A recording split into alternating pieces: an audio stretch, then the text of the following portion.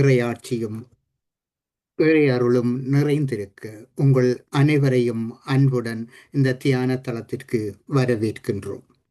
இன்று வெள்ளிக்கிழமை தை மாதம் 23ஆம் திகதி 2026 ஆண்டு 1706 நாளிலே இந்த தியானத்தினை நாம் செய்கின்றோம். தினமும் உலக சமாதானம், ஒற்றுமை, ஆரோக்கியம், மன அமைதி ஆகியவற்றை முன்னிலைப்படுத்தி கூட்டு தியானம் செய்கின்றோம். தினமும் பிரித்தானியா நேரம் 9:30 மணிக்கும் 11 மணிக்கும் இரவு 8 மணிக்கும் தியானம் செய்கின்றோம். ஐரோப்பா நேரம் காலை 10:30 மணிக்கும் மதியம் 12 மணிக்கும் இரவு 9 மணிக்கும் தியானம் செய்கின்றோம். ஏனைய நாடுகளிலிருந்து இணைபவர்கள் பிரித்தானிய நேர கணிப்பின்படி இணைந்து கொள்ளுமாறு தாழ்மையுடன் கேட்டுக்கொள்ளுகின்றோம். இத்தியான நிகழ்ச்சி PSSM தமிழ் ஐரோப்பா, PMC தமிழ் தொலைக்காட்சி ஜெர்மனி யூடியூப் அமைப்பினரின் அனுசரணையுடன் இடம்பெறுகிறது. இந்த அமைப்பினருக்கும் எமது இதயபூர்வமான நன்றியை தெரிவித்துக் கொள்ளுகின்றோம். வாழ்க வையகம், வாழ்க வையகம், வாழ்க வளத்துடன் என்று மனதார வாழ்த்தி உலகத்தில் சமாதானம், நல்லிரக்கம், அமைதி, ஆரோக்கியம் ஏற்பட வழிவகை செய்வோம். இன்றைய தியானம் 25 நிமிடங்கள் இடம்பெறுகின்றது. இந்த தியானத்திலே நாம் இணைந்து நிற்போம். இந்த தியானத்தின் மூலம் நாம் இறை ஆட்சியின் அருள் பிரபஞ்சத்தினூடாக நாம் பெற்றுக்கொள்ளுகின்றோம். சுவாசம் அது இறைவன் தந்த உயிர் மூச்சு. இதனூடாக நாம் நம்மை நெறிப்படுத்துகின்ற அழகான இந்த தியான தளத்திலே இப்பொழுது நாம் இருக்கின்றோம். இப்பொழுது நாம் 25 நிமிடங்கள் தியானம் செய்வோம். 5 வினாடிகள் இருக்கின்றன. உமது சூடான கரங்களினால் கண்களை மூடி 5 வினாடிகள் நாம் பார்ப்போம். 1, 2, 3, 4, 5. கண்களை இருந்தளிப்போம். இந்த கண்களை திறப்போம். இந்த தியானம் எம்மை என்ன செய்கிறது? வெடிப்பு, எம்முடைய மனதிலே வெடிப்பு இருக்கிறது. மன்னிக்க முடியாத தன்மை இருக்கிறது. அத்தனையையும் அமைதியாக்கி எம்மை இது வழிநடத்துகின்றது இந்த தியானம். அதாவது மன அமைதி, உடல் அமைதி, மன்னிப்பு கொடுக்கும் நிறை அன்பு ஆகியவற்றை முன்னிலைப்படுத்தி நாம் இந்த தியானத்தை செய்தோம். இது நாம் நமக்காக செய்யும் தியானம். கூட்டாக செய்யும் பொழுது அது ஒரு சமுதாய சக்தியாக உருப்பெறுகிறது. வீடு, வீதி, நகரம், நாடு, உலகம் என்னும் அளவில் விரிவடையும் ஆற்றல் கொண்டது. இத்தகைய தியானத்தில் ஈடுபடுவதற்கு அனைவரையும் நாம் ஊக்குவிக்கின்றோம். அதற்கான வசதிகளையும் ஏற்படுத்தி கொடுக்கும் PSSM ஆகியவற்றின் தமிழ் ஐரோப்பா, PMC Tamil TV, German YouTube TV ஆகிய அமைப்பினருக்கும் எமது இதயபூர்வமான நன்றியை தெரிவித்துக் கொள்ளுகின்ற இந்த வேளையிலே இந்த தியானம் எங்களுடைய பிரபஞ்சம் இந்த தியானத்தினை செய்வதற்கு எமது உதவியை தந்திருக்கிறது. நாம் ஒவ்வொருவரும் அமைதியாக இருப்பதற்கு இந்த பிரபஞ்சம் உம்மோடு இணைந்து நிற்கிறது. இந்த பிரபஞ்சம் எங்கே இருக்கிறது? நம்முடைய கரங்களிலே தான் இருக்கிறது. 30 வினாடிகள் நாம் கரங்களை மூடி நன்றி கூறுவோம்.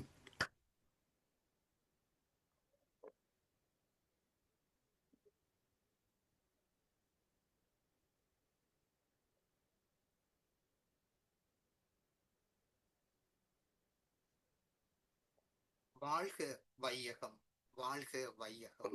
தொடர்ந்து செயலாற்றுவதற்கு கலாநிதி நடராசர் ஜெகநாதன் ஐயாவிடம் இந்த தளத்தினை நான் ஒப்படைக்கிறேன். நன்றி ஜேம்ஸ் ஐயா. இதுவரை தியானத்தை அருமையாக வழிநடத்திய கிரேஷன் ஜேம்ஸ் ஐயாவுக்கு முதலில் நன்றி. அதற்குரிய இசையை வழங்கி பதாதைகளையும் வழங்கிய சிவா மோகன் அம்மாவுக்கும் நமது நன்றிகள். மேலும் நமது நன்றிகள் நம்மை பெற்று வளர்த்து சமூகத்தில் நல்ல நிலைக்கு ஆளாக்கிய பெற்றோருக்கும் அவர்களுடன் சேர்ந்து துணை நின்ற மற்றோருக்கும் படைப்புகள் அனைத்தும் அமைய ஆதாரமாக விளங்கும் பிரபஞ்சத்துக்கும் உரித்தாகட்டும். தினமும் எழும் சூரியன் இருள் நீக்கி ஒளி தருவது உலக உயிர்கள் அனைத்தும் தழைக்கவே தினமும் இத்தலத்தில் நிகழ்வன நமது அறியாமையை விளக்கி அறிவொளிக்கு வழியாக்கும் என்றால் மிகையாகாது. இத்தலத்தை ஆரம்பித்து வைத்ததுடன் அது தொடர்ந்து நீடிப்பதற்கு பொறுப்பேற்றிருக்கும் திருமதி ஸ்ரீஸ்கந்தராஜா அவர்களுக்கும் நாம் கடமைப்பட்டுள்ளோம். வாழ்க வையகம், வாழ்க வளத்துடன் என வாழ்த்தி உலகத்தில் சமாதானம், சமரசம், ஆரோக்கியம், ஒற்றுமை நிலவ வழி செய்வோம். இனி இப்போதைய பிரதம நிகழ்வுக்கு செல்ல போகின்றோம். நமக்கென்று ஒரு உரையை வழங்க அகத்தியன் சேதுபதி ஐயா அவர்கள் முன்வந்திருக்கின்றார். அதை பற்றி ஒரு சில தகவல்கள். தற்போது மியன்மார் என்று அழைக்கப்படும் பர்மாவில் அவர் பிறந்து வளர்ந்து மேற்படிப்பு MBA செல்வதற்கு படிப்புக்காக இங்கிலாந்து வந்து அதை முடித்த பின் சட்டத்துறைக்கான LLB பட்டமும் பெற்று வழக்கறிஞர் துறையில் பணியாற்றி கொண்டிருக்கின்றார். மிகுந்த தமிழ் பற்றுடையவர். மியன்மார் இளம் தமிழர் இயக்க அமைப்பாளராக இருக்கின்றார். இத்தலத்திலும் அதை பற்றி பேசி நமக்கு விழிப்புணர்வை ஏற்படுத்தி இருக்கின்றார். அவர் இன்று எடுத்துக்கொண்ட தலைப்பு ஆங்கிலத்திலே Tamil Kings and the temples, அதாவது தமிழ் அரசர்களும் கோயில்களும் என்ற தலைப்பில் அமைந்திருக்கின்றது. இத்தலத்தின் சார்பாக அவரை அன்புடன் வரவேற்று தனது உரையை ஆரம்பிக்குமாறு வேண்டிக் கொள்கின்றேன். நன்றி.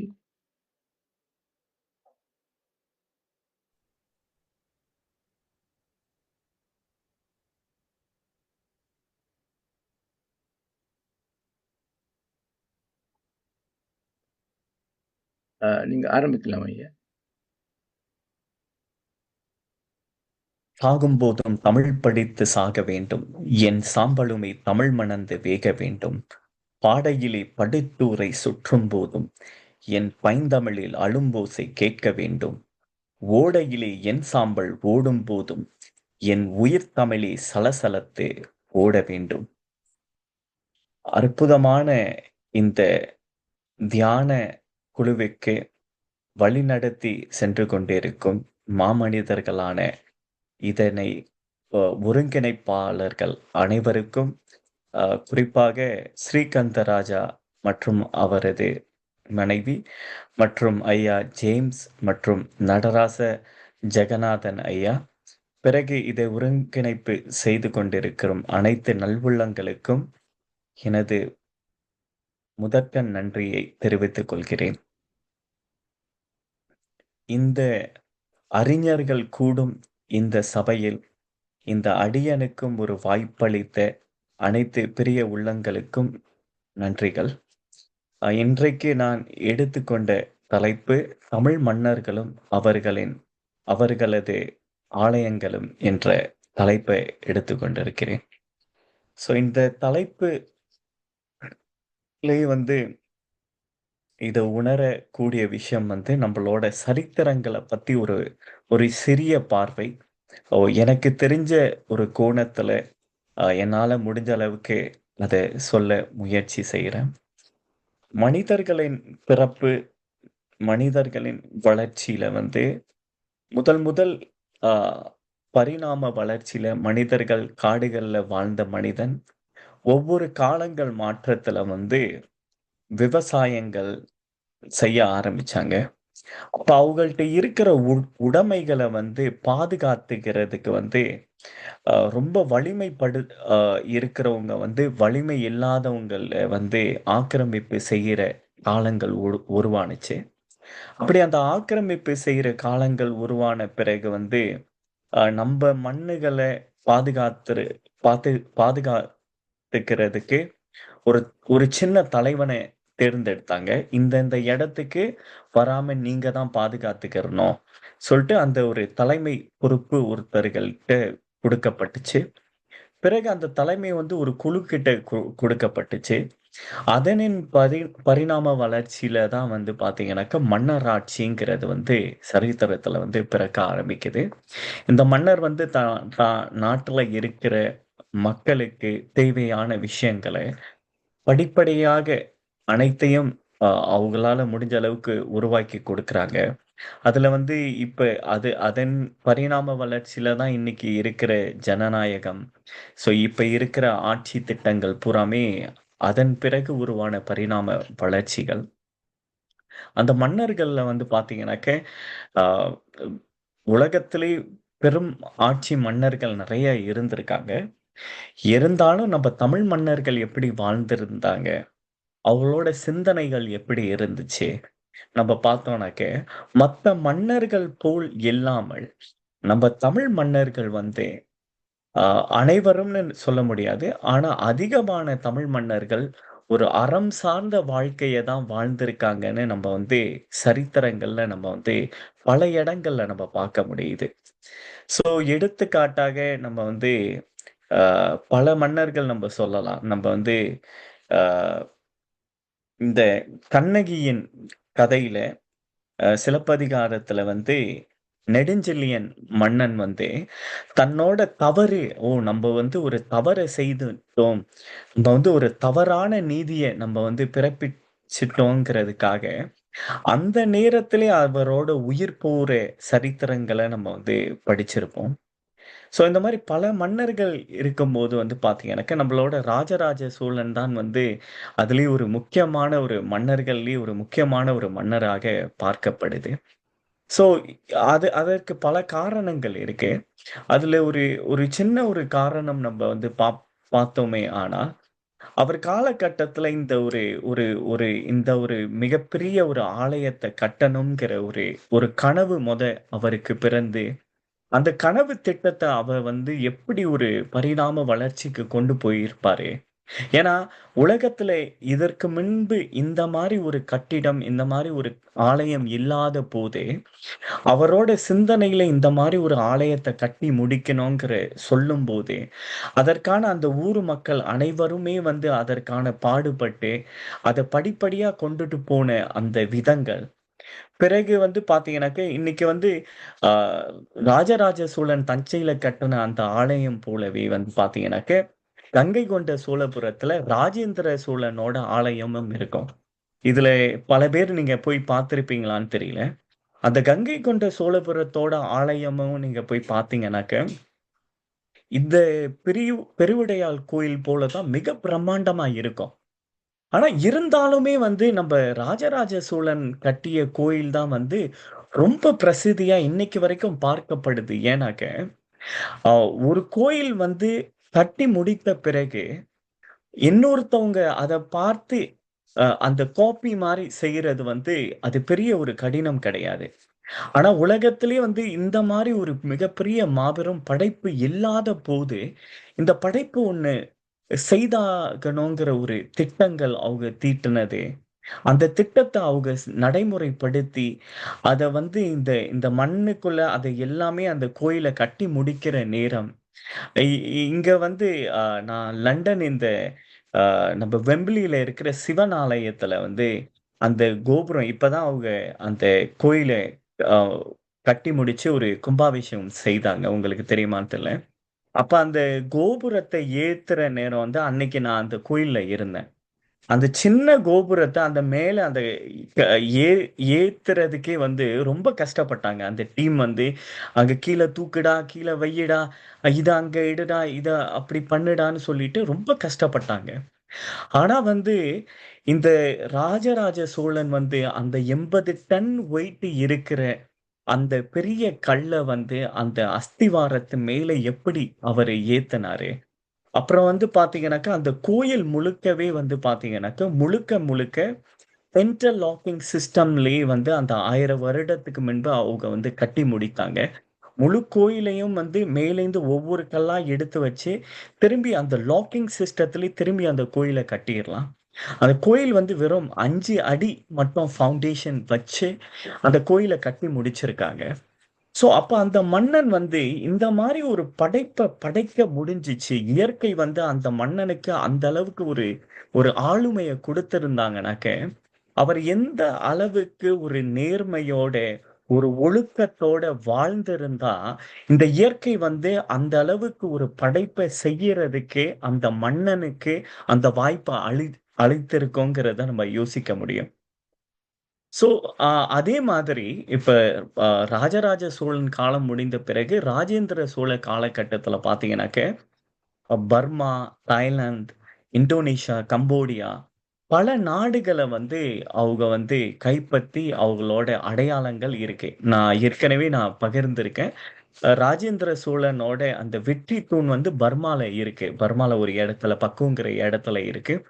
அதே போன்று நீங்க பார்த்தீங்கன்னாக்க, நீங்க கம்போடியாக்கு போனாலும் சரி, பல நாடுகள்ல வந்து அவரோட அடையாளங்கள நீங்க பார்க்க முடியும்.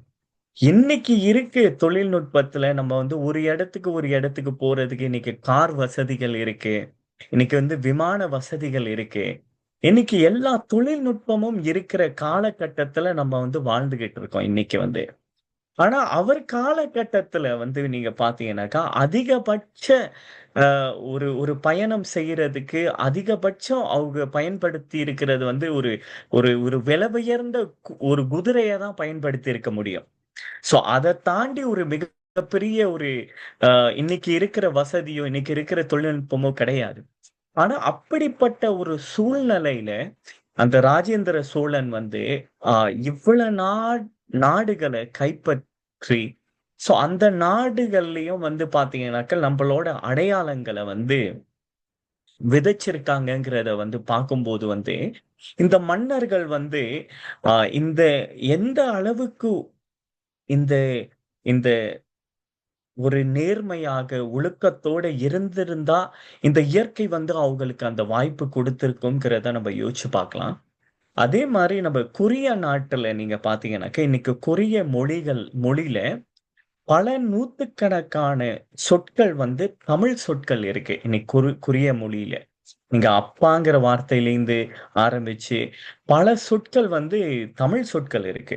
இதற்கு முக்கிய காரணம் வந்து பார்த்தீங்கன்னாக்க, செம்பவளம்ங்கிற ஒரு ராணி வந்து, அந்த காலகட்டத்தில வந்து இந்த ராஜ ராஜங்களோட அந்த அ ஒரு நாட்டுக்கும், ஒரு நாட்டுக்கும் அந்த நட்புக்காகன்னு சொல்லிட்டு இந்த ராணிய வந்து அந்த கொரிய நாட்டுக்கு அனுப்பி வைக்கிறதா சரித்திரங்கள் கூறுகிறது.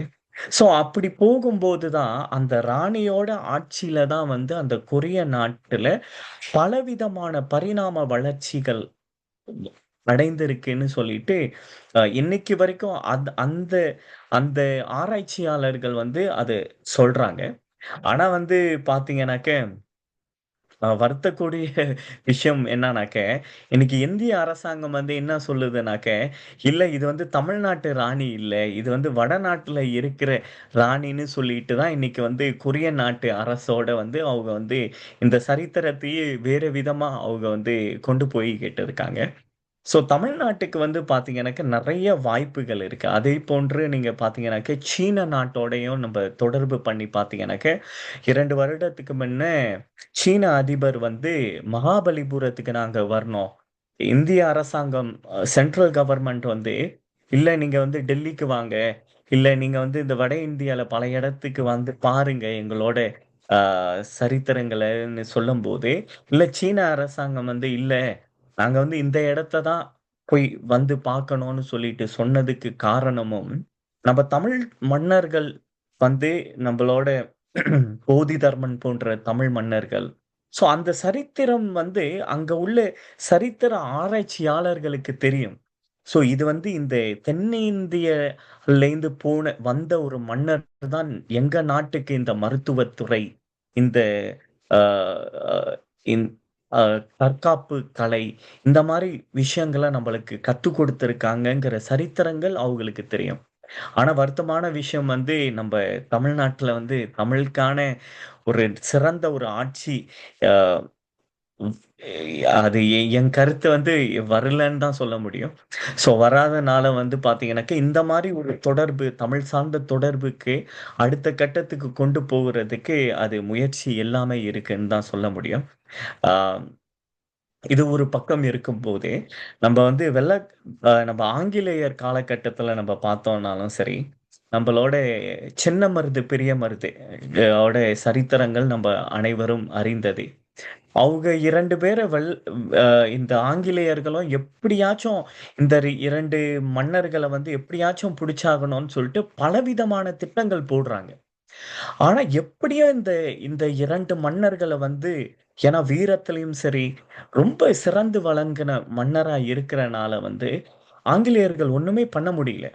கடைசியில அவரோட ஆலயமான அந்த காளையர் கோயில், அந்த ஆலயத்துக்கு மின்ன பீரங்கிகள நிறுத்தி, "நீங்க வந்து சரணடையலனாக்க, நாங்க வந்து உங்க ஆலயத்த வந்து நாங்க தகர்த்து எல்லாத்தையும் நம்ப வந்து வீழ்த்திருவோம்னு" சொன்ன பிறகு தான், அந்த 2 மன்னர்களும் வந்து சரணடைந்து, கட கடைசியில ஆங்கிலேயர்கள் வந்து அவங்கள தூக்கில போடுறாங்கங்கிற சரித்திரமும் நமக்கு தெரியும்.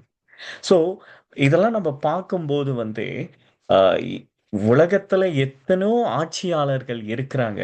எத்தனையோ பேரு வந்து அ இந்த மன்னர்கள் கால சரித்திரங்கள் நம்ம பார்த்தோம்னாக்க, எப்படி வேணாலும் வாழலாம், எப்படி வேணாலும் இருக்கலாம்னு சொல்லிட்டு சிந்திக்கிற மன்னர்கள் நடுவுல, நம்பளுடைய தமிழ் மன்னர்களோட அவங்களோட சரித்திரங்கள் ஒவ்வொன்னையும் நம்ம படிக்கும்போது வந்து, அவங்க வந்து 2 விஷயங்கள வந்து அ எந்த நேரமும் அவங்க வந்து உறுதுணையா வச்சிருக்காங்க.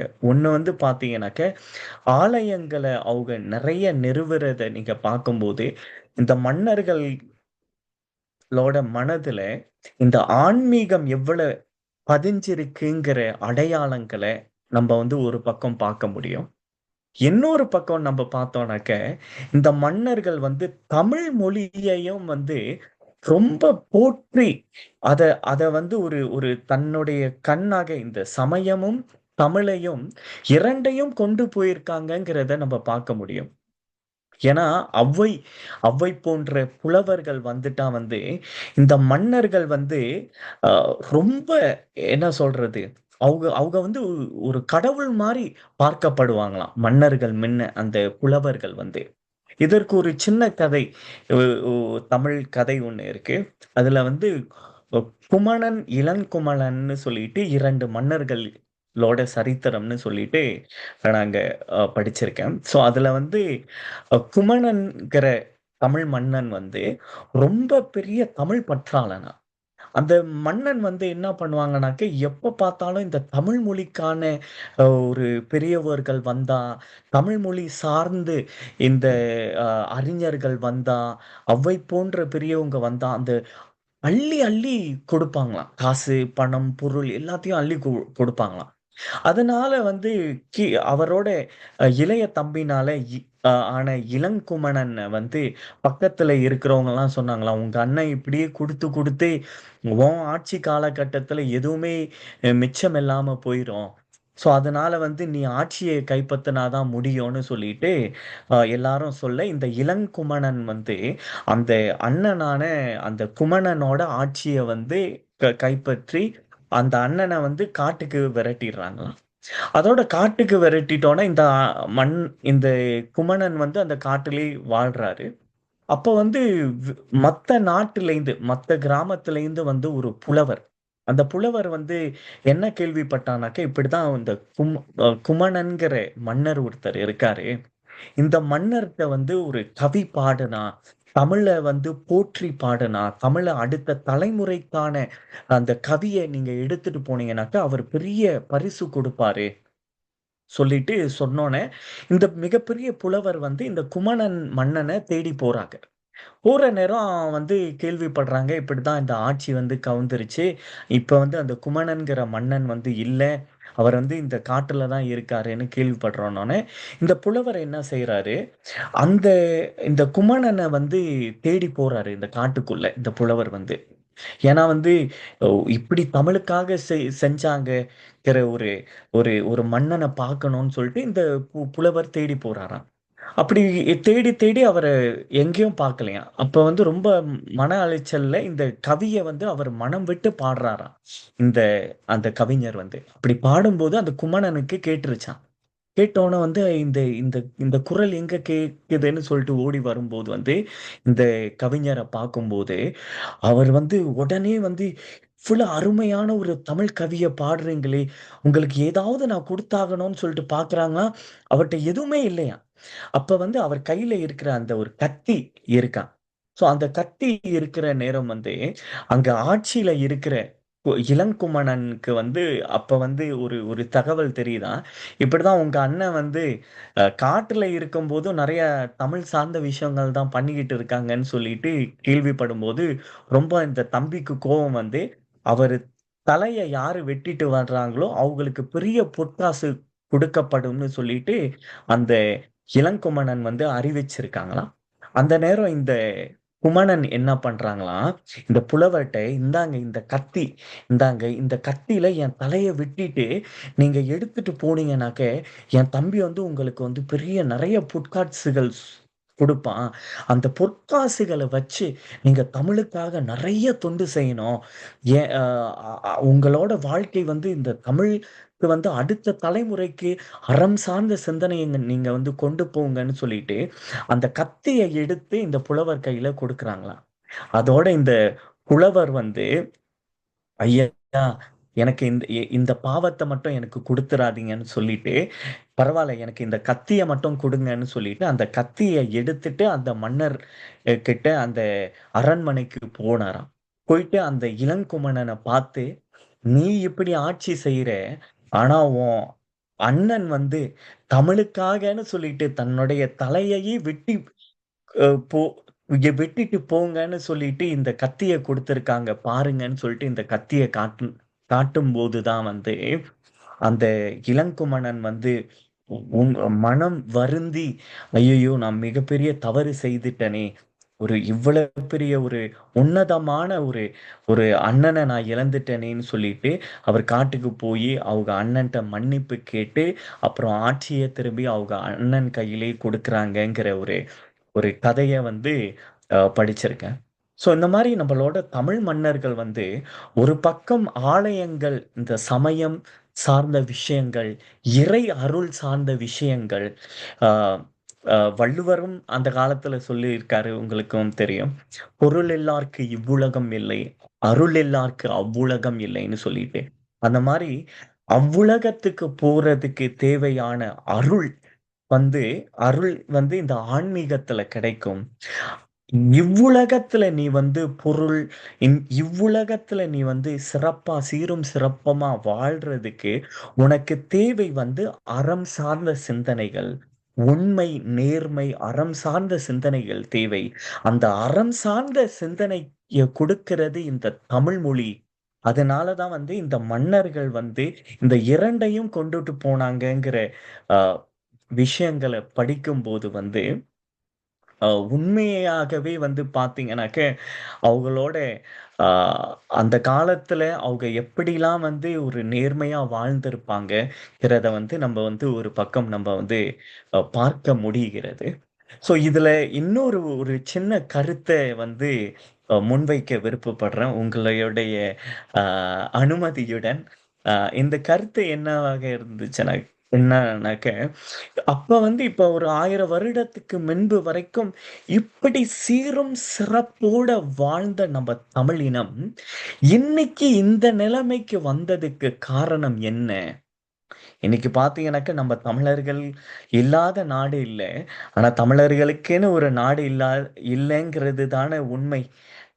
இன்னைக்கு நான் பர்மால இருக்கேன், லண்டன்ல இருக்கோம், இலங்கையில இருக்கோம், தமிழ்நாட்டுல இருக்கோம். எல் எங்க இருந்தாலும் எங்க இருந்தாலும் பார்த்தோம்னாலும் நம்மளோட ஒரு உன்னதமான வளர்ச்சி, உன்னதமான இதுக்கு வந்து ஒரு நாடுங்கிறது வந்து அடிப்படை தேவையா தான் இருக்குங்கிறது வந்து அத அத வருத்தப்படுறவங்க எல்லாரும் உணர்ற ஒரு விஷயம். ஸோ அப்ப இந்த வீழ்ச்சிக்கு காரணம் என்ன? இப்ப சீரும் சிறப்புமா வாழ்ந்த உலக மொழிகளுக்கெல்லாம் தாய்மொழியாவும் இருந்துச்சு. உலக இலக்கணங்கள் மொழிகளின் இன்னைக்கு உலகத்துல இருக்கிற மத்த மொழிகளுக்கும் இலக்கணம், இலக்கியத்த கத்துக் கொடுத்த மு அ ஒரு ஒரு இனம். இந்த உலக நாகரிகம் இன்னைக்கு நீங்க பார்ப்பீங்க. நம்ம திருக்குறள்ல வந்து எல்லா விஷயத்தையும் சொல்லியிருப்பாங்க. அனைத்து விஷயமும் இருக்கும். அறம் சார்ந்த சிந்தனைகள் இருக்கும். நட்பு சார்ந்த சிந்தனைகள் இருக்கும். இல்லறம் சார்ந்த சிந்தனைகள் இருக்கும். எப்படி அ ஏமாத்துவாங்க? எப்படி நீ வந்து ஏமாத்துறவங்கள்லேருந்து நீ வந்து அ ஒதுங்கி இருக்கணுங்கிறத பத்தி இருக்கும். எப்படி நீ தொழில் செய்யணுங்கிறத பத்தி இருக்கும். தொழில்ல எப்படி நேர்மையா இருக்கணுங்கிறத பத்தி இருக்கும். இப்ப 2000 வருஷத்துக்கு முன்னே இந்த மாரி எல்லாத்தையும் எழுதி வச்சிருக்காங்கனாக்க, 2000 வருடத்துக்கு முன்பே இந்த மாரி ஒரு சமூகம் வாழ்ந்திருக்கு. அப்படி ஒரு சமூகம் இருந்திருக்கிறதுக்கான ஒரு அடையாளம் தானே இது. இன்னைக்கு கீழடி ஆய்வுகள் நீங்க பார்த்தாலும் சரி, அந்த காலகட்டத்திலே டாய்லெட் யூஸ் பண்ணியிருக்காங்க. அந்த காலகட்டத்திலே ஸ்பூன் யூஸ் பண்ணியிருக்காங்க. இந்த மாரி விஷயங்கள் நீங்க வந்து ஒவ்வொன்னா பார்க்கும்போது, அப்ப வந்து 2000 வருடத்துக்கு முன்ன நம்ம தமிழ் சமூகம் எந்த அளவுக்கு வளர்ச்சியா இருந்திருக்கோங்கிறத வந்து நம்மளால வந்து யோசிக்க முடியுது. அப்ப இந்த வீழ்ச்சிக்கு காரணம் என்ன? ஸோ இதையே நம்ம வந்து கேட்க வேண்டியதா இருக்கு. நம்மளோட வீழ்ச்சிக்கு காரணம் என்னன்னு நம்ம பார்த்தோம்னாக்க, அ உண்மையா சொல்லணும்னாக்க, என்னுடைய சிந்தனை சொல்லணும்னாக்க, நம்மளோட மூட நம்பிக்கைகள், இதுல வந்து பல மூட நம்பிக்கைகள், பல தேவையில்லாத விஷயங்கள திணிச்சு, திணிச்சு, திணிச்சு, இன்னைக்கு நம்ம மக்கள வந்து பல தலைமுறையா சிந்திக்காமயே விட்டுட்டாங்க.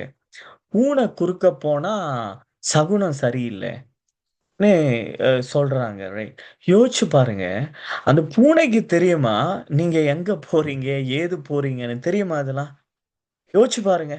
அ ஆனா நம்பளோட அந்த மூட இதுல இந்த இந்த தினம் பண்ணிட்டா அந்த அந்த பூனை குறுக்க போயிட்டா அது சகுனம் சரியில்ல. அப்போ அந்த வேலைய கேன்சல் பண்ணிறணும். அதே மாரி செவ்வாய்க்கிழமைனாக்க சரியில்ல. அந்த கிழமைக்கு அது பண்ணாத, இந்த கிழமைக்கு இது பண்ணாத. அப்ப நீங்க செவ்வாய்க்கிழமை இப்ப பர்மாலனாக்க எனக்கு வந்து அந்த மூட நம்பிக்கைகள்லாம் பார்த்து எனக்கு ரொம்ப வருத்தமா இருக்கும். செவ்வாய்க்கிழமைக்குனாக்க வேலைக்கு இது பண்ணாதன்னு சொல்லிருவாங்க. அ து வியாழக்கிழமைனாக்க ஒரு ஒரு கோயிலுக்கு போக ஆரம்பிப்பாங்க. சனிக்கிழமைனாக்க ஒரு கோயிலுக்கு போற ஆரம்பிப்பாங்க. அப்ப வாரத்துல இப்ப ஞாயிற்றுக்கிழமையும் நீங்க வந்து வேலைக்கு போக மாட்டீங்க. அப்ப வாரத்துல 3, 4 நாளு மட்டும் வேலை செஞ்சுட்டு வாழ்க்கையில வெற்றி பெற்ற முடியுமா? நான் உங்கள்ட்டலாம் போய் கேட்க ஆசையா இருக்கு எனக்கு. புரியுதுங்களா? அந்த நாள் இது பண்ணாத, இந்த நாள் இந்த மாரி தேவையில்லாத சிந்தனைகள், தேவையில்லாத விஷயங்கள புகுத்தி, புகுத்தி, புகுத்தி இந்த மக்கள் வந்து அதிலே மூழ்கி போயிட்டாங்க போல. இந்த இந்த 1000 வருஷத்துக்கு பின்பு நடந்த இந்த வீழ்ச்சியில. ஸோ, இந்த இடத்துல வந்து பகுத்தறிவுங்கிற வார்த்தை, எதையும் பகுத்து அறிவது. இப்ப பகுத்தறிவுங்கிற வார்த்தையும் பயன்படுத்த முடியாத நிலைமைக்கும் உருவாக்கிட்டாங்க. அது எங்களுக்கு தான் சொந்தம்னு சொல்லிட்டு ஒரு சமூகம் சொல்லிட்டு இருக்காங்க. அந்த பிரச்சனையும் வேற இதுல. இதெல்லாம் இதெல்லாம் எங்க தான் போய் சொல்றதுன்னு எனக்கு தெரியல. ஸோ, உண்மையான அந்த என்ற வார்த்தை, பகுத்து அறிவது.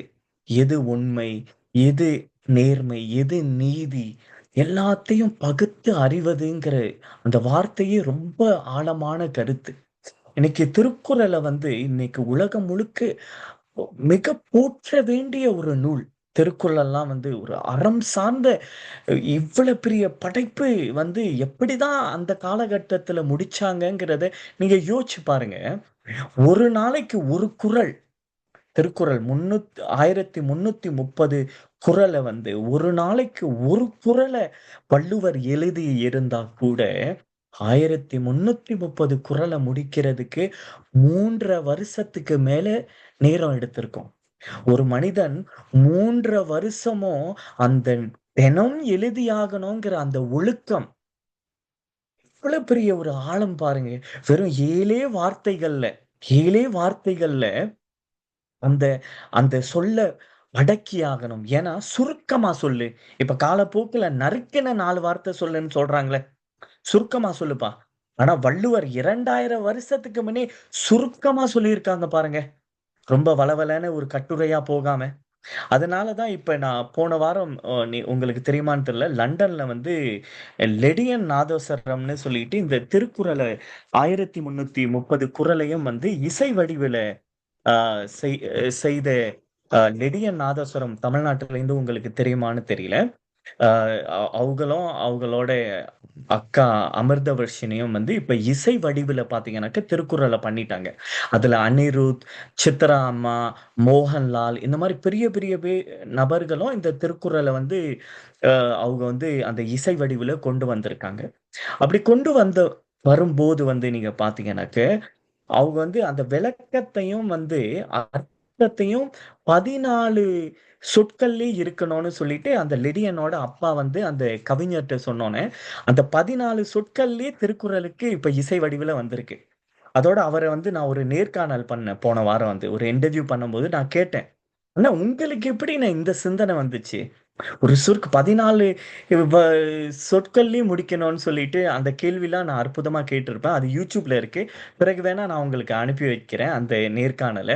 ரொம்ப அற்புதமா இருந்துச்சு. நானும் அவங்க கிட்டேருந்து நான் நெறைய கத்துக்கிட்டேன். அந்த பணிவு, அந்த இனிமை, பல விஷயங்கள கத்துக்கிட்டேன். இந்த வள்ளுவர் வந்து பார்த்தீங்கன்னாக்க, ஒரே ஒரு திருக்குறள் வள்ளுவரோட படைப்ப மட்டும் சொல்லிட்டு இன்னைக்கு இந்த உரைய நான் முடித்துக் கொள்கிறேன். இன்னைக்கு வந்து பாத்தீங்கன்னாக்க நம்ம வந்து இப்ப மதம் சமயம்ங்கிறதே வந்து பாத்தீங்கன்னாக்க மனிதர்களை ஒழுங்குபடுத்துறதுக்கு மனிதர்களோட சிந்தனைய வந்து அறம் சார்ந்த அன்பு சார்ந்த விஷயங்களுக்காக தான் இந்த மதம் சமயங்கள் வந்துச்சு. சோ அந்த மதங்கள்ல நீங்க பாத்தீங்கன்னாக்க இன்னைக்கு ஒரு மதம் சொல்றத இன்னொரு மதத்தை வச்சு நம்ம வந்து தப்பிச்சிடலாம். இப்போ ஒரு மதம் என்ன சொல்லணும், நீ வந்து ஆ, ஆ, நீ வந்து சைவத்தை தின்னு, நீ வந்து மரக்கறியை மட்டும் தின்னு, நீ வந்து புலால் உண்ணுவது வந்து நீ வந்து உன்னை நீ கண்ட்ரோல் பண்ணிக்கோன்னு சொல்லிட்டு ஒரு மதம் சொல்லும். இன்னொரு மதம் வந்து நீ எப்படி வேணாலும் உன்னோட உணவை நீ எப்படி வேணாலும் சாப்பிட்டுக்கலாம்னு சொல்லும். ஒரு மதம் என்ன சொல்லுது, நீ வந்து வட்டி சம்பந்தப்பட்ட தொழில்களை நீ வந்து செய்யக்கூடாதுன்னு சொல்லுது. இன்னொரு மதம் என்ன சொல்லும், இல்ல நீ வந்து பொருளாதாரத்துக்காக நீ எப்படி வேணாலும் நீ சம்பாரிச்சுக்கோன்னு சொல்லிட்டு இன்னொரு மதத்துல நம்ம வந்து தப்பிச்சுக்கலாம். சோ அதே மாதிரி ஒரு மதம் வந்து நம்ம வந்து ஒருத்தனுக்கு ஒரு மனைவி இந்த மாதிரி ஒரு கோட்பாடு. இன்னொரு மதம் வந்து என்ன சொல்றது, இல்ல பரவாயில்ல எப்படி வேணாலும் நம்ம வாழ்க்கை நடைமுறையில ஆண் பெண்கிறது பிரச்சனை இல்லைன்னு சொல்லிட்டு இந்த மாதிரி ஒரு விஷயத்த வந்து நம்ம வந்து விடுபட்டுக்கலாம் மதம்ங்கிற கோட்பாட்டுல. ஆனா வள்ளுவர் வந்து என்ன சொல்றாருன்னு பாத்தீங்கன்னாக்க, மனிதர்கள் வந்து பல இடத்துல வாழ்வாங்க. நம்ம காட்டுல வாழ்வாங்க, மேட்டுல வாழ்வாங்க, மலையில வாழ்வாங்க. இந்த மாதிரி பல இடத்துல வாழ்றனால வந்து பாத்தீங்கன்னாக்க, அ ஒவ்வொருத்தரோட அந்த சமூகம் வந்து வித்தியாசமா இருக்கும். அதனால வந்து நீ எந்த விஷயத்த செய்யணும், செய்யக்கூடாதுங்கிற அந்த கோட்பாட்டுல வந்து வள்ளுவர் குறள் சொல்றாரு. "மனத்துக்கண் மாசிலன் ஆதல் அனைத்து அரண் ஆகுல நீரப்பிறன்னு" சொல்லிட்டு. உன் மனசாட்சி என்ன சொல்லுது? உன் மனசாட்சிய கேளு. ஏதாவது ஒரு விஷயத்த நம்ம ஒரு தப்பு செய்யும்போது, நம்ம மனசுக்கு வருத்தமா இல்லையா? ஐயோ! நம்ம தப்பு செய்ற மாரி தோணுதோ! அந்த மனசாட்சி உறுத்துதுல. சோ அந்த மனசாட்சி உறுத்துன விஷயங்கள நீ செஞ்சிறாதே. உன் மனசுக்கு வந்து இது சரின்னு படுதா? அது எந்த பெரிய விஷயமா யாரு தடுத்தாலும் அத செய்து முடி. சொல்லிட்டு அந்த அறம் சார்ந்த சிந்தனைய இந்த வள்ளுவரும் சரி, நம்மளோட மன்னர்களும் சரி, நம்ம வந்து இத வந்து பெரிய ஒரு நம்மளோட சரித்திரத்துல நம்மளோட முன்னோர்கள் வந்து நிறைய நல்லதுகளை செஞ்சிருக்காங்க. அந்த நல்லதுகளை நம்ம எப்படியாவது நம்ம அடுத்த தலைமுறைக்கு கொண்டுட்டு போகணுங்கிறதுல வந்து இங்க இருக்கிற இந்த பெரியோர்கள் அனைவரும் அந்த நல்வுள்ள உங்க உங்க உள்ளத்திலயும் அதுதான் இருக்கணும். அதுல எல்லாரும் பல விதமான முயற்சிகள் செஞ்சுட்டு இருக்காங்க. அதுல சின்னதா நானும் ஒரு முயற்சி செஞ்சுட்டு இருக்கேன். என்னன்னாக்க, இப்ப இங்க லண்டனுக்கு வந்த பிறகுதான் என்ன பல பேர் சொன்னாங்க. வந்து தம்பி நீ வந்து இந்த மாதிரி விஷயத்த நீ செய்யணும். இந்த மாதிரி விஷயத்த எல்லாருக்கும் கொண்டுட்டு போய் சேர்க்கணும்னு சொல்லும்போதுதான், சரி நான் வந்து இப்ப இருக்கிற இந்த தலைமுறை குழந்தைகளை இந்த தமிழ் சார்ந்த இடங்களுக்கு கூட்டிட்டு போகணும், அழைச்சிட்டு போகணுங்கிற இத நான் பண்ணிக்கிட்டு இருக்கேன். சோ அதற்காக இப்ப முதல் அழைப்பு வந்து இப்போ மலேசியா, சிங்கப்பூருக்கு இப்போ அழைச்சிட்டு போறேன். அடுத்து தமிழ்நாட்டுக்கு அழைச்சிட்டு போறேன். ஸோ இந்த மாதிரி தமிழ் சார்ந்த எப்படியும் நம்ம ஹாலிடே போக தான் போறோம். அதை வந்து நம்ம குழந்தைகளை, நம்ம தலைமுறையை தமிழ் சார்ந்த இடங்களுக்கு நீங்க கூட்டிட்டு போங்க. சில விஷயங்களை குழந்தைகளுக்கு நம்ம சொல்லி புரிய வைக்க முடியாது. அவங்கள வந்து நம்ம அழைச்சிட்டு போய் அதெல்லாம் கண்ணுல காட்டும்போது தான் வந்து அவங்களால உணர முடியும்.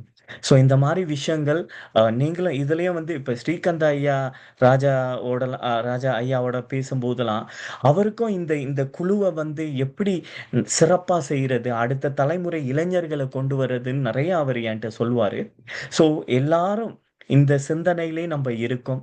இந்த மாதிரி நம்ம தமிழ் தமிழ் இனம், இந்த தமிழ் மொழிங்கிறது வந்து அறத்தையும் அன்பையும் பண்பையும் கருணையும் கற்றுக் கொடுக்கிற ஒரு ஒரு இனம்.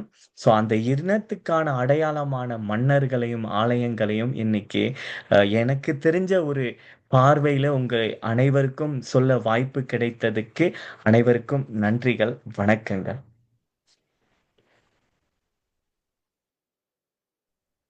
நன்றி அகத்தியன் ஐயா. இதுவரை எங்களுக்கு அருமையான ஒரு உரையை வழங்கிய அகத்தியன் சேதுபதி ஐயாவை பாராட்டுவோமாக அனைவரும் இணைந்து வினாடிகள் கரகோஷம் எழுப்புவோம்.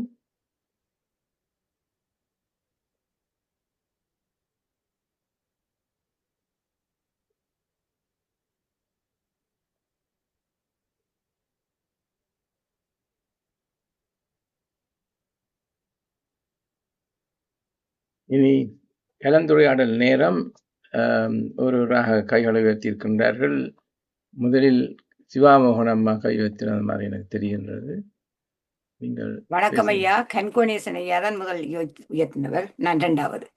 அப்படியா? ஓகே. கண்கோணேசன் ஐயா.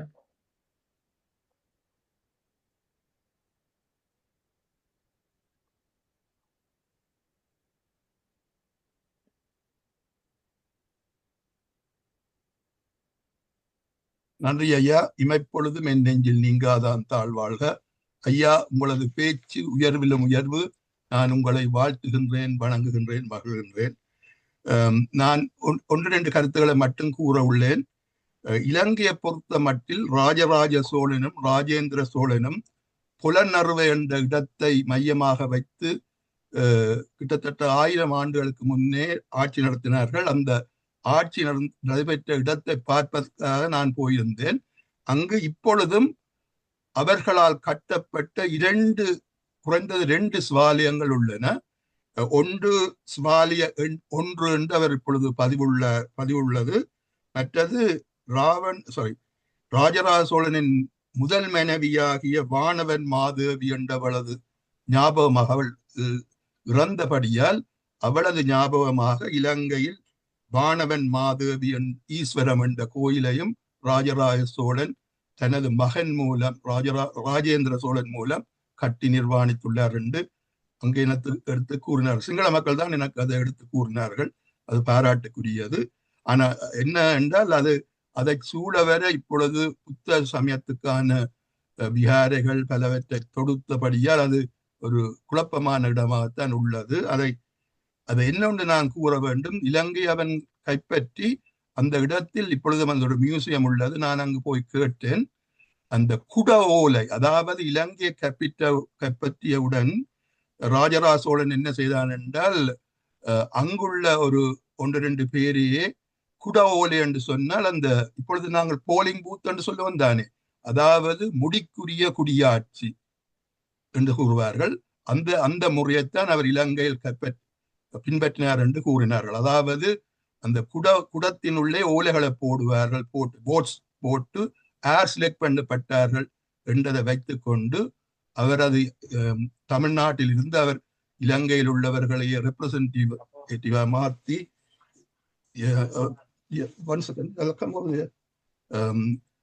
மாற்றி அதை எடுத்து கூறினார்கள் என்று கூறினார்கள். அதை கூறுகின்றேன். 2வதாக திருக்கேஸ்வரத்துக்கும் நான் போயுள்ளேன். அது கனடாவில் இருந்து திருக்கேஸ்வர ஆலயத்துக்கு உரிய அகழ்வாராய்ச்சியை செய்வதற்கு வந்திருந்தார்கள். கிட்டத்தட்ட 45 வருடத்துக்கு முதல் அங்கு இருந்த பொழுது நான் கேட்டேன்.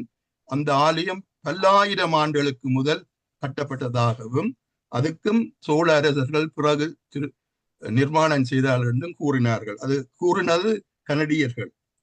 பிறகு திருக்கோணமலைக்கு போனால் அதை குலதெய்வமாக மதித்தவன் எமது ராவணன். அவன் தனது தாயாருக்காக அந்த கோயிலை கட்டினான். அதற்கு தென் கையிலே என்று பெயரிடப்பட்டது. இறுதியாக எனது ஊருக்கு அண்மையில் உள்ள மாவட்டபுரம் கந்தசாமி கோயிலை கட்டியது மாருத பிரவியவல்லி என்னும் ஒரு இளவரசி. அவள் இந்தியாவிலிருந்து வந்து இப்பொழுது நீங்கள் கேட்கின்ற காங்கேசன் துறை, காங்கேயன் முருகனை வந்து கொண்டு அந்த துறைமுகத்தில் இறக்கியபடியால்தான் காங்கேயன் துறை, காங்கேயன் வந்து இறங்கிய துறையாகியபடியால் காங்கேயன் துறை என்று மாறியது. இவ்வாறு பல விடயங்களை சொல்லலாம். திருமூலர் இலங்கையைத்தான் சிவபூமி என்று கூறினார். அவர் தமிழ்நாட்டை கூடி இலங்கை சிவபூமி என்று கூறவில்லை. எவ்வளவோ கூறலாம். நேரத்தின் அருமை கருதி நான் முடிக்கின்றேன். நன்றி. நன்றி. அற்புதமான தகவல்கள். நன்றி. அடுத்தது சிவாமோகனம்மா. நன்றி ஜெகநாதனையா. அனைவருக்கும் வணக்கம். தம்பி அகத்தியன், உங்களுக்கு வணக்கமும் நன்றியும் வாழ்த்துக்களும் ஐயா. அருமையான ஒரு விடயத்தை எடுத்து மிக அழகாக கூறியிருக்கிறீர்கள். இந்த பரப்பை நீங்கள் தயவு செய்து மீண்டும் தொடர்ச்சியாக பேச வேண்டும் என்பது என்னுடைய முதலாவது கோரிக்கை. இது பகுதி 1ஆக எடுத்துக்கொண்டு பகுதி 2ஆக மிகுதியை நீங்கள் பகுதி 2, பகுதி 3ஆக நீங்கள் தொடரலாம். நல்ல விஷயங்கள் நீங்க அதுல நிறைய விஷயத்த சொன்னீங்க. ராஜராஜ சோழன் கட்டிய தஞ்சை பெருங்கோயில், அந்த கோயிலுக்கு இன்னும் நிறைய சிறப்புகள் இருக்குது ஐயா. ஒன்று அதனுடைய கோபுரம். அந்த கோபுரம் இந்த உலகத்துல எங்குமே இல்லை. அது மட்டும்தான் தனி கோபுரம். அந்த கோபுரத்தினுடைய நிழல், இப்ப நாங்கள் நின்றால் வெயில் எங்களுடைய நிழலை எதிர்பக்கம் தரும். இந்த பக்கம் வெயில் இருந்தால் இந்த பக்கம் நிழலை தரும், இந்த பக்கம் வெயில் இருந்தால் இந்த பக்கம் நிழலை தரும் எங்களுக்கு. ஆனால் தஞ்சை பெருங்கோயிலுடைய அந்த பெரிய 216 அடி உயரத்துல அது இருக்குதுன்னு நினைக்கிறேன், கொஞ்சம் கூடக்கூடிய அந்த கோபுரத்தினுடைய நிழல் எந்த பகுதியிலுமே விழுந்ததாக இல்லை. மிக அருமையான தொழில்நுட்ப அமைப்பை பயன்படுத்தி இருக்கிறார்கள். நீங்கள் என்னத்தான் ஏஐ வந்து இப்ப எல்லாம் தூக்கி செய்யுதுன்னு சொன்னா கூடி எதுவுமே இல்லாத ஒரு காலத்துல அவர்கள் அவ்வாறு செய்திருக்கிறார்கள் என்றா ஒரு தொழில்நுட்பம் தெரியாமல் ஒருவரும் செய்யவில்லை. சரியான டெக்னீஷியன், சரியான பொறியியலாளர்கள், கட்டுட நிபுணர்கள் எல்லாரும் இருந்து வகுத்து செய்த ஒரு விடயம்தான் அந்த விடயம். நாங்கள் ஆழமாக அந்த பகுதியிலே கற்றிருக்கின்றோம். அதோடு அங்க நாங்க பார்க்கலாம், எல்லாம் கருங்களால தான் அந்த ஆலயங்கள் அமைக்கப்பட்டிருக்குது. முழுதும் கருங்கல். ஆனா தூக்க முடியாத அளவுக்கு பாரமான கற்கள். இது மனிதர்களை கொண்டு கட்டினார்களா அல்லது வேறு ஏதும் விலங்குகளை கொண்டு கட்டினார்களா? ஒரு சில இடங்கள்ல அது சில சமயத்துல சொல்கிறார்கள் பலம் பொருந்திய ஜாம்பவான்களை கொண்டு செய்திருக்கலாம் என்று. ஒரு சில இடத்துல யானைகளை கொண்டு அந்த கிரேன் மாதிரி அவையோட துதிக்கையை பயன்படுத்தி செய்திருக்கலாம் என்று. இப்ப அந்த கிரேன் அதுகள் எல்லாம் வந்துட்டு சும்மா தூக்கி கொண்டு வைப்பாங்க. ஆனா அந்த நேரத்துல ஏணி சில வேளையில இருந்திருக்கலாம், கொஞ்சம் சின்னனா சிறிதாக இருந்திருக்கலாம் என்னை பொறுத்த வரைக்கும். ஆனால் இந்த யானையினுடைய விஷயத்தை நாங்கள் சற்று உண்மையென நாங்கள் கற்றதும் உண்டுதான். அடுத்தது அந்த கட்டிடக்கலையை நாங்கள் பார்க்கும் போது இவர்கள் அந்த பல்லவர் காலத்துக்கு அடுத்ததாக, பல்லவர் காலம்தான் கட்டிடக்கலைக்கு பேர் போன காலம், சோழர் காலம் இலக்கிய காலம் என்று சொல்வார்கள். கால பகுதியை நாங்கள் சங்ககாலம் சங்கமரிய காலத்தை வகுத்து வரும்போது உங்களுக்கு தெரியும், பல்லவர் காலம்தான் கட்டிடக்கலை, சோழர் காலம் இலக்கியம். இருந்தாலும் கட்டடக்கலையினுடைய உச்சம் தொட்ட ஒரு ஆலயமாக இருக்கிறத நாங்கள் இங்கு பார்க்கக்கூடியதா இருக்கும். அது தஞ்சை பெருங்கோயில் ஒன்றுதான். அதுக்கு ஈடிணை இல்லை, உலகத்துல எந்த விதமான ஒரு ஈடிணையும் இல்லாமல் தான் அது இருக்கின்றது. அதோடு நீங்கள் இந்த திருக்குறள் பற்றியும் கூறியிருந்தீர்கள். அந்த காலத்திலே திருக்குறள் சங்க காலம் நன்றான அக வாழ்க்கை புற வாழ்க்கை வாழ்ந்து மக்கள் மிக அழகாக தமிழோடு விளையாடிய ஒரு காலம். சங்ககால புலவர்கள் இருந்து தமிழை வளர்த்த காலம். அது முடிய அது பிற்பகுதியில வரும்போது சங்கமருவிய கால ஆரம்பம் களப்பிலர் ஆட்சி என்ற ஒரு அரசர்கள் ஆள்கின்றார்கள் தமிழ்நாட்டை. அவர்களுடைய ஆட்சியிலே கொஞ்சம் சற்று தளர்வான ஒரு நிலை வருகிறது. அது இருண்ட காலம் என்றும் சொல்லுவார்கள், இலக்கிய வல்லுநர்கள் சொல்லுவார்கள் அது ஒரு இருண்ட இலக்கிய காலம் என்று சொல்லி. அப்படிப்பட்ட அந்த காலம் வரும்போது அங்கே மக்கள் சற்று தடுமாறுகிறார்கள். மக்கள் சற்று தங்களுடைய சுய வாழ்க்கையில இருந்து தடுமாற்றம் கண்டார்கள். எப்படி தடுமாற்றம் கண்டார்கள் என்று சொன்னால், அங்கே அவர்கள் அக வாழ்க்கை, புற வாழ்க்கை, போரும் காதலும் வீரமும் இருந்தது. சங்க காலத்திலே போருக்கு போக வேண்டும், காதலும் வீரமும் அவர்களுடைய தொழிலாக இருந்தது. அவர்கள் அதை கட்டாயம் செய்யலாம் என்ற ஒரு உத்தரவும் இருந்தது. அதுக்குரிய பாடல்களும் இருந்தது, பாடல்களும் பாடியிருக்கிறார்கள், புத்தகங்களும் இருந்தது, இலக்கியமும் இருந்தது. ஆனால் இங்கே வரும்போது இந்த மக்கள் சற்று வெளியேறி சொற்கள் கீழாமல், இளையோர்கள் எல்லாம் சொற்கள் கீழாமல் தங்களுடைய இஷ்டப்படி வாழ வெளிக்கிட்டதாக ஒரு சரித்திரம் கூறுது. அது இந்த களப்பிலர் ஆட்சி வந்து ஒரு கட்டுப்பாடற்ற ஆட்சியாக இருந்திருக்கலாம் என்று சொல்லுகிறார்கள். அது எவ்வளவு தூரம் உண்மை என்பது தெரியாது. அதுக்காக அங்கே இருந்த படித்த வல்லுநர்கள் என்ன செய்தார்கள், நீங்கள் சில இலக்கியங்களை இயற்றி இந்த மக்களுக்கு நீங்கள் அறிவு புகட்ட வேண்டும் என்று சொல்லி அந்த விடயத்திலே பல்வேறு இலக்கியங்கள் இயற்றப்பட்டு அந்த காலத்திலே அரங்கேற்றம் செய்யப்பட்ட போதும் வள்ளுவருடைய திருக்குறள் ஏற்றுக்கொள்ளப்படவில்லை. உங்களுக்கு தெரியும், முதல்ல ஆரம்பத்திலேயே அவர்கள் ஏற்றுக்கொள்ளவில்லை. ஏனென்று சொன்னால், ஒரு பாசுரம் முடிவதற்கு ஒன்றில் 4 சொற்கள் அல்லது 8 சொற்கள் இருக்க வேண்டும் என்ற வரையறையை கணக்கில் கொண்டு இவருக்கு அந்த இடம் வழங்கப்படவில்லை. இருந்தும் ஔவையினுடைய ஒரு அசராத முயற்சியால மீண்டும் அது அரங்கேற்றப்பட்டு 7 சொற்கள் கொன்ற குறைச்சொல் ஓவியம், குறைச்சொல் காவியம் என்றெல்லாம் அதுக்கு பெயர் விட்டு விட்டார்கள். அப்படி இருந்தும் அது மீண்டும் அந்த கட்டிலே, அரசு கட்டிலே அது ஏறி முதன்மை பெற்றதால அந்த குறளிலே கூறப்பட்ட கருத்துக்கள் அவ்வளவும் அந்த காலத்திலே நீங்கள் சொன்னது மாதிரி நடந்த சம்பவங்களை விவரிக்கிறதாக இருந்தது. அதோடு இன்னொரு விடயம், ராஜராஜ சோழன் ஈழத்திலேயும் அழகாக கண்கோணேசன் ஐயா சொன்னார், வானவன் மாதேவி ஈச்சரம் உடையான் என்ற ஒரு ஆலயம் புலனறுவையிலே இருக்கின்றது. அதனுடைய முதலாவது தலைநகராக சோழர்கள் 77 ஆண்டுகள் இலங்கையை ஆண்டிருக்கிறார்கள். யாருக்கும் தெரியுமோ தெரியா, சரித்திரம் அதுதான் சொல்லுது. 77 ஆண்டுகள் இலங்கையை ஆண்டு தங்களுடைய எல்லா வகையான திறமைகளையும் அங்கே பாவித்திருக்கின்றார்கள். அதிலே திருவோணமலை கோணேஸ்வர் கோயிலும் ஒன்று. திருவோணமலையைத்தான் அவர்கள் 2வது படைத்தளமாக வைத்திருந்தார்கள். சோழர்கள் சாதாரணவர்கள் இல்லை, திருவோணமலையை ஆண்டு சென்றவர்கள். தங்களுடைய 2வது படைத்தளமாக இன்று விளங்குகின்ற திருவோணமலையை ஆண்டு சென்ற ஒரு பெருமை எங்களுடைய தாய் நாட்டுக்கு இருக்கின்றது. ஆகவே மிக அருமையான விடயமையா, நிறைய கைகள் உங்களுக்காக வந்திருக்கின்றன. மீண்டும் இது பற்றி வந்து நீங்கள் கூறலாம். இதோடு நான் நிறுத்துகின்றேன். அனைவருக்கும் நன்றி, வணக்கம், வாழ்த்துக்கள். இதுலமா இந்த பெரிய பெரிய கோயிலை பத்தி நீங்க சொல்லும் போதே நான் வந்து இன்னைக்கு நேரம் இருக்கிறனால சுருக்கிட்டேன்.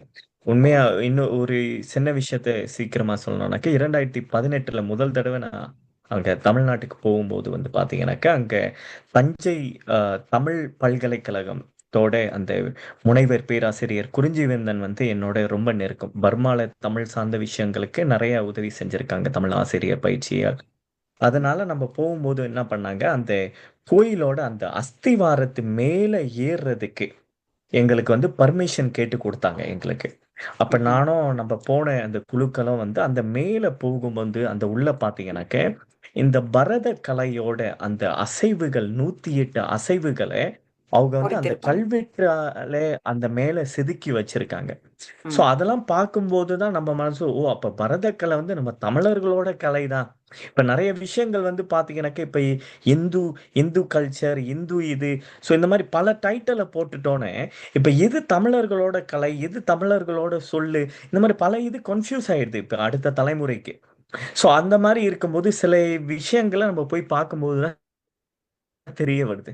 சரி, நன்றிமா. அடுத்தவங்க சொல்றேன். நன்றி நன்றி நன்றி. 7 கைகள் வெந்திருக்கின்றன. தயவு செய்து நீங்கள் எல்லோரும் நேரத்தை கவனித்துக் கொண்டு சுருக்கமா பின்னோட்டம் வழங்குமாறு வேண்டிக் கொள்கின்றேன். ஜெயபாலன் ஐயா அடுத்து நினைக்கின்றேன்.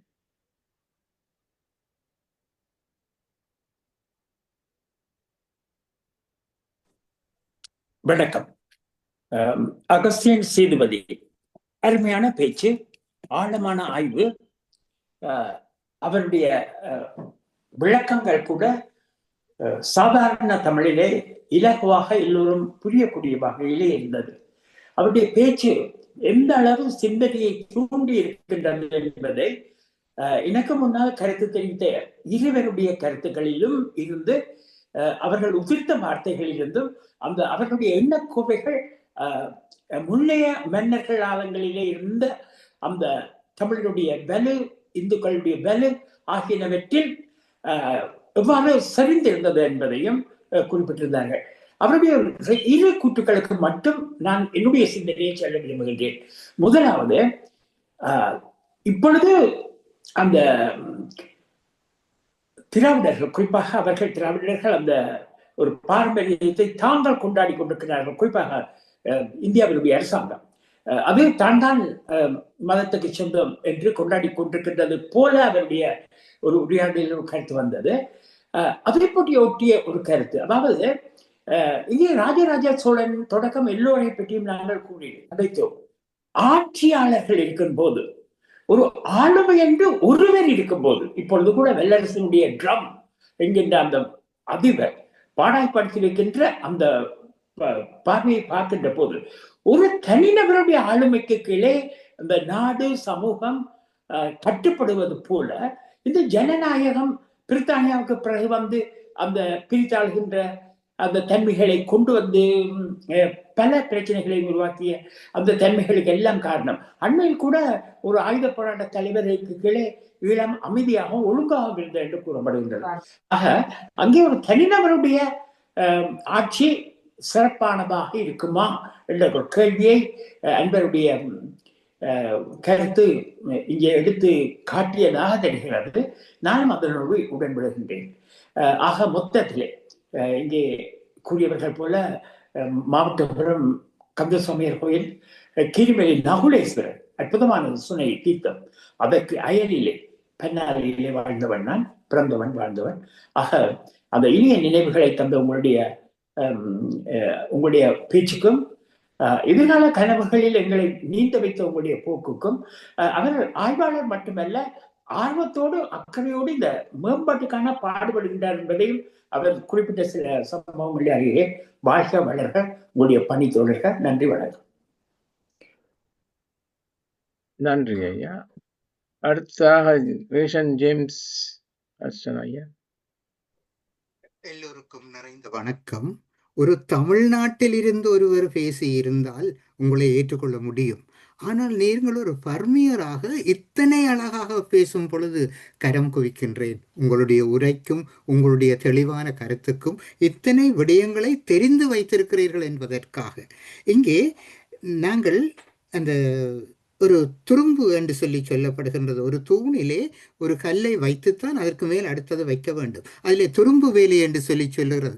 அந்த துரும்பு வேலை செய்வதற்காக அந்த சிற்ப தொழிலாளர்கள் வந்து தவம் செய்து அந்த துரும்பை வைப்பார்கள். ஏனென்று சொன்னால் அந்த ஒரு கதை அந்த துரும்பு கொழுவலாம், உடைஞ்சதென்று சொன்னால் தூண் முழுவதும் காலி. இத்தனை இதை செய்வதற்கு இறை நம்பிக்கை கொண்டு வாழ்ந்திருக்கிறார்கள். இரண்டாவது, தஞ்சை பெருங்கோவில் எடுத்தால் அங்கே இசைத்தூண்களும் இருக்கின்றன. இத்தனை பெரிய கட்டிடக்கலையை இருந்த அந்த கலை எங்கே போனது? நம்முடைய நாட்டிலே மேலே கட்டிடங்களை உயர்த்துவதற்கு அல்லது இந்த தூண்களை நிமித்துவதற்கு கப்பி என்ற ஒரு பொருள் பிரயோகிக்கப்படுகிறது. அதாவது நான் குருநகரை சேர்ந்த நான், இந்த வேலைகளுக்கு எங்களுடைய ஆட்களைத்தான் கூப்பிடுவார்கள் நான் கட்ட. ஆனால் மற்றவர்கள் நல்ல பெரிதும் உயரமுமானவர்கள், அவர்களை கூப்பிட்டுத்தான் அதாவது சிவன் கோயிலே, யாழ்ப்பாணம் சிவன் கோயிலே தூணொன்றை உயர்த்துவதற்காக கொழும்பிலிருந்து கிரெயின் கொண்டு வரப்பட்டது. செய்ய முடியவில்லை. அதன் பின்னர் எங்களுடைய மக்கள் தான் போய் அதை செய்தார்கள். இந்த தமிழ் மக்களிடம் ஆய கலைகள் 64 என்று அந்த காலத்திலேயே இருந்திருக்கிறது.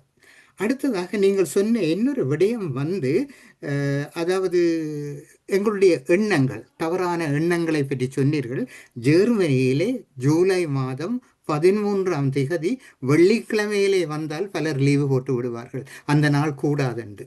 அதாவது இந்த எண்ணம் இந்த புலம்பெயர் நாடுகளிலும் இருக்கிறது என்பதனையும் கூறி விடைபெறுகிறேன். நன்றி, வணக்கம்.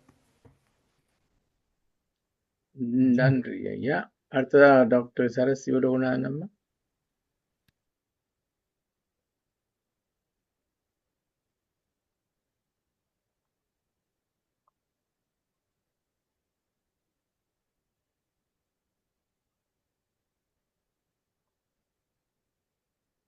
நீங்க அட்மிட் பண்ணலாம்.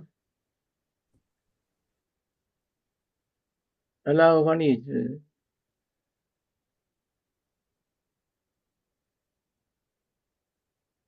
allowing participants to unmute. சரியா இப்ப சரியா நினைக்கிறேன். எல்லோருக்கும் Yeah. வணக்கம். கேக்குது. அகத்தியர், உங்களை மிகவும் பாராட்டுமாகத்தான் நான் பேசுகிறேன். ஏனெனில் நீங்கள் பர்மாவில் பிறந்து தமிழை படித்து இவ்வளவு ஆர்வத்துடன் இந்த நாட்டுக்கும் வந்து நாங்கள் எங்களை வயதில் உள்ள ஆட்களுக்கு நீங்கள் இப்படியான ஒரு திறமான பேச்சை தந்திருக்கிறீர்கள். உங்களுடைய ஆர்வத்துக்கு மிகவும் பாராட்டு. மற்றது உங்களோட முயற்சி, இதை வளர்க்க வேண்டுமே, என்ன மாதிரி இதை நான் வளர்க்கலாம் என்ற எண்ணம், அதுதான் பெருந்தன்மை. நாங்கள் சும்மா சொல்லிவிட்டு போனா மாத்திரம் காணாது. உங்களை என்ன மாதிரி இப்படி நீங்கள் ஒரு ஹாலிடேக்கு போகிற மாதிரி ஆக்களை கொண்டு, இப்போ என்னுடைய கிராண்ட் சில்ட்ரன் மூத்தவர் 2 பேரும் என்னை அப்படித்தான் கொண்டு போயிடுச்சு நம்ம இலங்கைக்கு அங்கே படிக்கிறதுக்கு.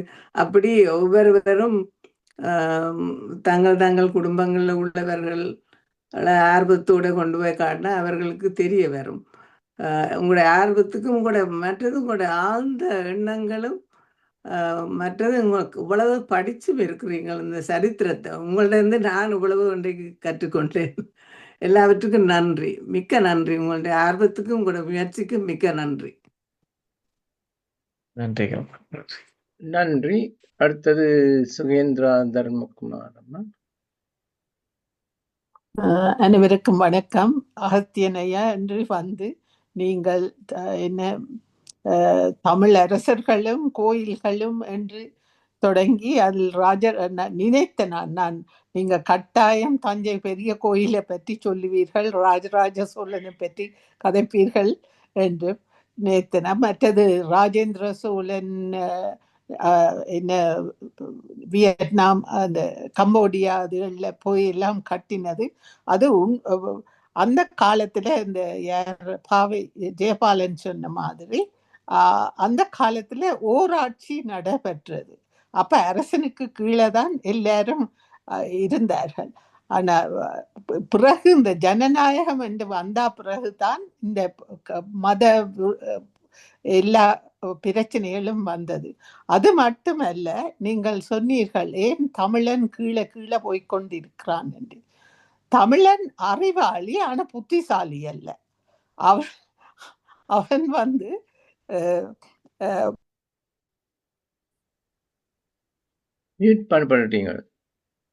ஒரு தமிழன் முன்னேறினால் மற்ற தமிழனுக்கு பிடிக்காது. அதை கெடுக்கவோ போட்டு கொடுத்து கவிழ்க்கவோ பார்க்கிறான். அந்த நேரத்துல தான் மற்ற இனத்தவர்கள் வந்து என்ன தங்களை பயன்படுத்தி கொள்கிறார்கள் என்று தான் நான் கூறுவேன். நீங்கள் அந்த கடைசியாக கூறினது என்ன மனத்தில் ஆழமாகப்பட்டது. அதை நான் கூற வேண்டும் என்று நினைத்தேன். இது சிறுபான்மையினர் கொஞ்சம் பேர் தான் செய்யணும், ஆனால் அது முழு தமிழரையும் பாதிக்கிறது என்று கூற விரும்பினேன். மிக்க நன்றி ஐயா. இப்படியான கருத்துக்கள் நீங்கள் வந்து எங்களுக்கு கூறுவதால் நாங்களும் முன்னேறி கொண்டு போகலாம் என்று நம்புகிறேன். மற்றது நான் இந்த இடத்துல ஒண்ணு சொல்லுங்க நீங்க சொல்லி முடிஞ்ச அப்புறம் நான் போன வாரம் வந்து போன கிழமை வந்து இந்த தமிழே உயிரேங்கிற நிகழ்ச்சி இந்த கட்ஃபோர்ட்ல பண்ணாங்க. அதற்காக தான் அந்த லெடியன் நாதஸ்வரன், அந்த திருக்குறள் அவரும் வாயிசனும் வந்திருந்தாங்க. அவங்க 2 குழுவையும் வந்து நான் வந்து நம்ம தாய் டிவி மூலியமா நேர்காணல் பண்ணினேன். அதுல வந்து வாயிசன்ட்ட வந்து ஒரு கேள்வி கேட்டேன் அந்த நேர்காணல்ல. தமிழர்கள் ஒற்றுமையா இல்லாம இப்ப ஒற்றுமைக்கு என்ன பண்ணணுங்கிற மாதிரி ஒரு கேள்வி கேட்டேன். அப்ப பாடகர் வாயிசன் என்ன சொன்னார்னாக்க, தமிழர்கள் தான் உலகத்திலே ஒற்றுமையான இனம். அவங்க தான் வந்து இன்னைக்கு தமிழ்னாலும் சரி ஒரு சமூகத்தோட எல்லா நாட்டிலையும் வாழ்ந்துகிட்டு இருக்காங்க சொல்லிட்டு அவர் சொன்னாங்க. அதான் நான் கடைசியா சொன்னேன், தம்பி அப்ப இது வந்து உங்களுடைய கருத்தான்னு சொல்லிட்டு சொன்னேன். அவர் சொன்னாரு, இல்ல இதுதான் உண்மைன்னு சொல்லிட்டு அவர் சொன்னாரு வாயிசன். அப்ப எனக்கே நானே திரும்பி யோசிச்சுக்கிட்டேன், சரி நம்மளும் அப்படியே நம்புவோம். சரி வாயிசனுக்கு அவர் தெரிஞ்சு சொல்றாரு, தெரிஞ்சாம சொல்றாரு, நம்மளும் அந்த மாதிரி பாசிட்டிவா இனியாவது நம்ப ஆரம்பிப்போம்னு சொல்லிட்டு எனக்கு நான் சொல்லிக்கிட்டேன் அந்த நேரம். சரி, நன்றி ஐயா. அடுத்ததாக வானா அம்மா. அனைவருக்கும் வணக்கம். கேக்குதா? கேக்குது. சாரி, நான் வீடியோக்கு வர முடியல. இன்று அகஸ்தியன் அவர்களின் பேச்சு பெருமைக்குரிய ஒரு பேச்சாகவே எடுக்க வேணும். மிக மிக அற்புதமான பேச்சு. என்னவோ ஏதோ உங்களது பெற்றார், நீங்கள் இப்படி பிற்காலத்துல துலங்குவீர்கள், பிரகாசிப்பீர்கள் என்று அன்றே கருதித்தான் உங்களது பெயரை அகஸ்தியர் என்ற நாமத்துடன் வச்சிருக்கிறார். ஆனா அகஸ்தியர் கொஞ்சம் முற்கோபம் உள்ளவர். ஆனால் நீங்க உங்களிலேயோ மிகவும் சாந்தமும் அமைதியும் உங்களோட பேச்சிலேயே அதை காணக்கூடியதாக இருக்கிறது. அது உங்களுக்கு கிடைத்த ஒரு வரப்பிரசாதமாகவே நான் எண்ணுகிறேன். அடுத்தது, மிக அற்புதமாக ஆராய்ச்சி செய்து எங்களுக்கு முன் அளித்திருக்கிறீர்கள். இத்தனை காலமும் நாங்கள் எத்தனையோ இதுக்கு பின்னாலே ஓடிக்கொண்டிருந்த நாங்களே ஒழிய இப்படிப்பட்ட எண்ணங்கள் எங்களுக்கு ஏற்பட இல்லை. உங்களுக்கு இந்த சிறு வயதில் இப்படிப்பட்ட எண்ணங்கள் நீங்கள் அதை மேற்கொண்டு ஆராய்ச்சி செய்வது சிறப்புக்குரிய விஷயம். உங்களது பெற்றாருக்கு 1000 கோடி வாழ்த்துக்கள். அடுத்ததாக, நீங்கள் எடுத்துள்ள முயற்சி அதுவும் மிக அற்புதமான முயற்சி. நீங்கள் எவ்வளவு தூரம் யோசிச்சு அதை செய்கிறீர்கள் என்றது எண்ணெய்க்குள்ள மிக பெருமிதமாக இருக்கிறது.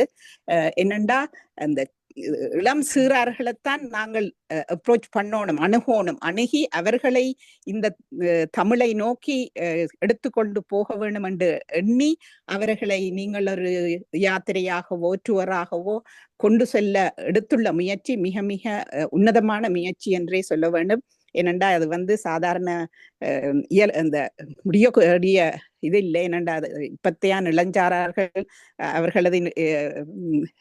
அவர்களது விருப்பங்கள் ஆசைகள் எல்லாம் எத்தனையோ வித்தியாசமா இருக்கேக்குள்ள நீங்கள் இப்படி ஒரு முயற்சி எடுத்தது மிக மிக அற்புதம். மனம் நிறைந்த வாழ்த்துக்கள். உங்களை போல சிறார்கள் வரும் பொழுது நாங்கள் தமிழை பற்றி யோசிக்காமலே இருக்கலாம் என்ற ஒரு எண்ணம் வந்துள்ளது. அத்துடன் இந்த தளத்தை